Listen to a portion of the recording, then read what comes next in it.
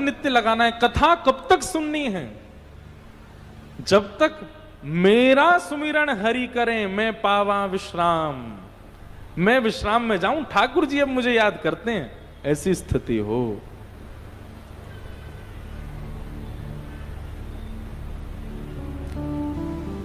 अच्छा एक बात बताऊं, ठाकुर जी आपको याद करते हैं, इसका प्रमाण है कोई?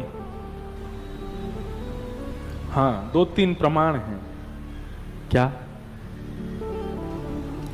संतन में मति, संतन में गति, संत चरण रज सदा लुभाने, गिरधर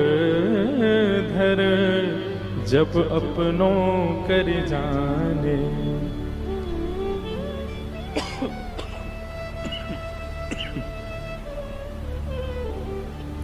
संतन में मति, संतन में गति, संत चरण रज सदा लुभाने, तब समझो गिरधर अपनों करी जाने। किसी वैष्णव को देख करके आप प्रसन्न हो जाते हो, किसी संत को देख करके आप आनंदित हो जाते हो, किसी के सिर पर उर्धपुंड देख करके आप खुश हो जाते हो। भले ही अपरिचित है लेकिन उसको देख करके आप अत्यंत आनंद में भर जाते हो। और उसकी चरम स्थिति ये कि किसी वैष्णव को देख, ये पता चल जाए कोई ब्रज से आया है, कोई ब्रजवासी है, नेत्र सजल हो जाए उसको देख करके, समझ जाना आपसे ठाकुर जी प्रसन्न हैं और आपको स्वीकार कर चुके।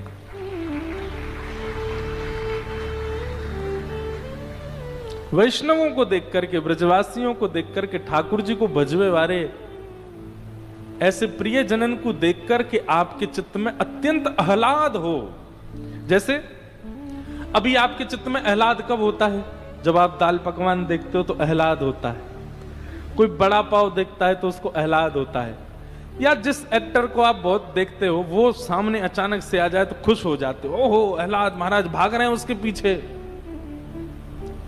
ऐसा आह्लाद, ऐसा आनंद, और ऐसा नहीं इससे कई गुना बढ़िया, ये तो संसारी है, बेकार है।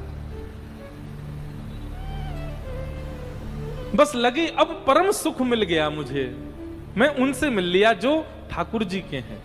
और इसका मतलब ये नहीं कि आप हमारे लिए सोचो ये बात, या किसी अन्य कथा करने वाले के प्रति ऐसी भावना, ऐसा नहीं।